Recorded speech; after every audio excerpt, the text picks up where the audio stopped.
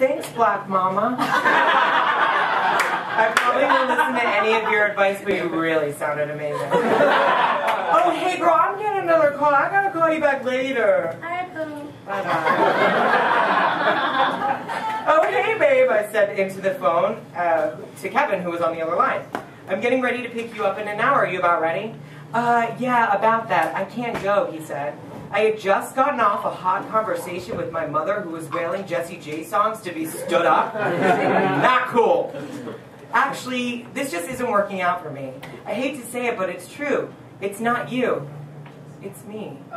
Is this really happening right now, I asked? Yeah, I just need to sort things out for myself, and I think I need to be alone. I'm super sorry. Super sorry? What things did Kevin need to sort out? His drinking problem, or the fact that he had an abnormally small penis?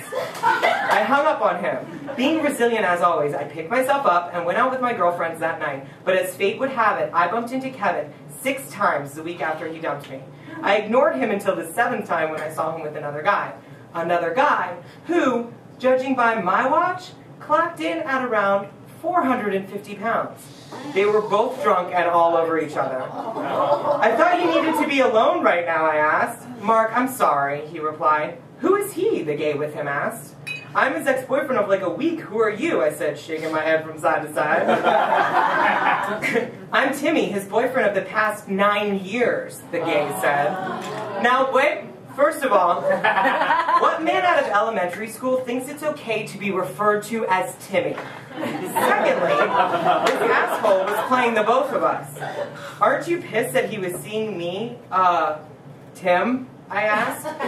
We were on a break, gay Tim said. Apparently, I was the only one being played. I left the bar that night in a fury, but made sure to tell everyone on my way out what a small penis Kevin had, and to steer clear.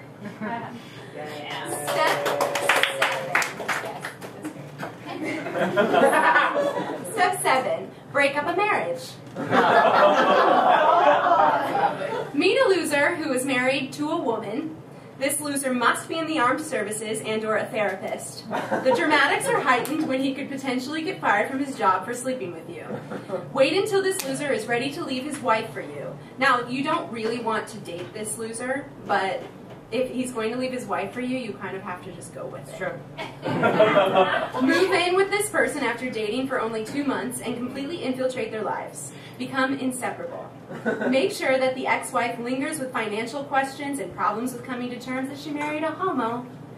Fall so madly in love so that when this fucking loser inevitably dumps your ass, you're scarred for life and end up going to one or all of the following: AA, grief counseling, and or end up enlisting in the armed forces yourself. Reading. None of us can read. I checked my voicemail that day after giving a mysterious man who was flirting with me my number the night before and listened to what had to have been the most hilarious and memorable message I had ever received.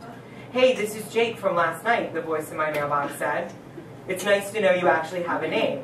I guess I had forgotten to tell him my name when I gave him my number. Not really known for my follow-through. Well, Mark, it's nice to know you have a name because I've been going around calling you Mystery Me.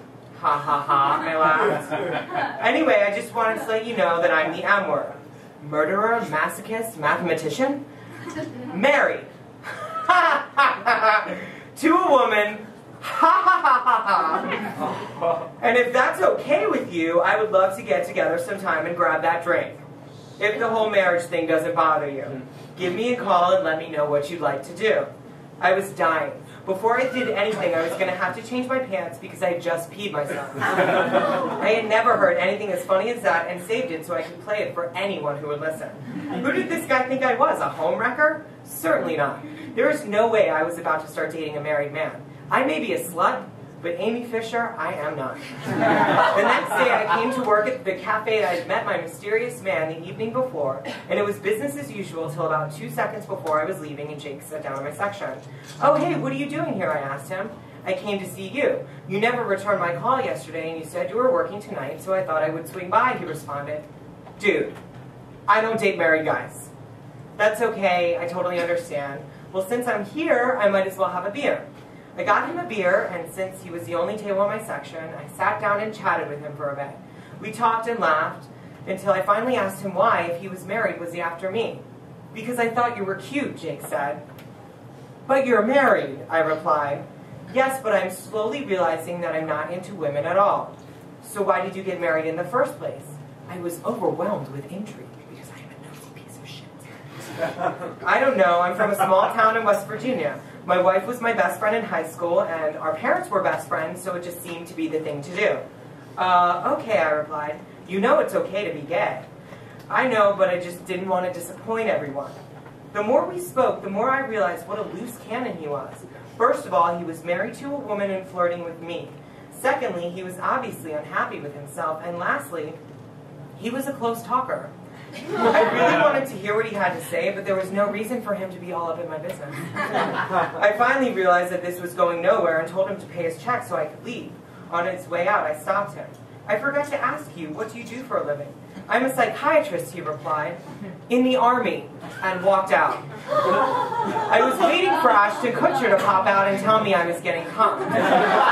Was this guy serious? He was not only a total emotional train wreck, but also married and a therapist in the Army. I mean, he seemed nice enough, but breaking up a marriage was not really on my list of things to do during the summer of 2008. And it ended up happening anyway. I drunkenly text messaged Dr. Jake a few days later, and he joined my sister, my friend Meg, and I as we enjoyed a few cocktails a few nights after my first encounter with Dr. Jake. After the girls had parted ways with us, Dr. Jake and I were left alone. I was beginning to kind of like Dr. Jake and thought that if nothing else, we could become very good friends. However, once again, my old friend Grey Goose had turned on me, and before I knew it, I was in Jake's marital bed, legs in the air. Afterwards, I didn't really feel that great. How could I have done this? I had slept with a woman's husband. I was certainly not raised this way, and I was in no position right now to become an Army wife. Next week, Dr. Jake and I went back and forth. I kept telling him that I couldn't possibly be with him.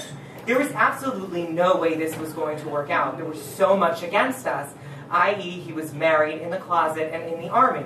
He insisted that we could make it work, and after about a week, it began to make sense in my alcohol-filled head that yes, maybe we could.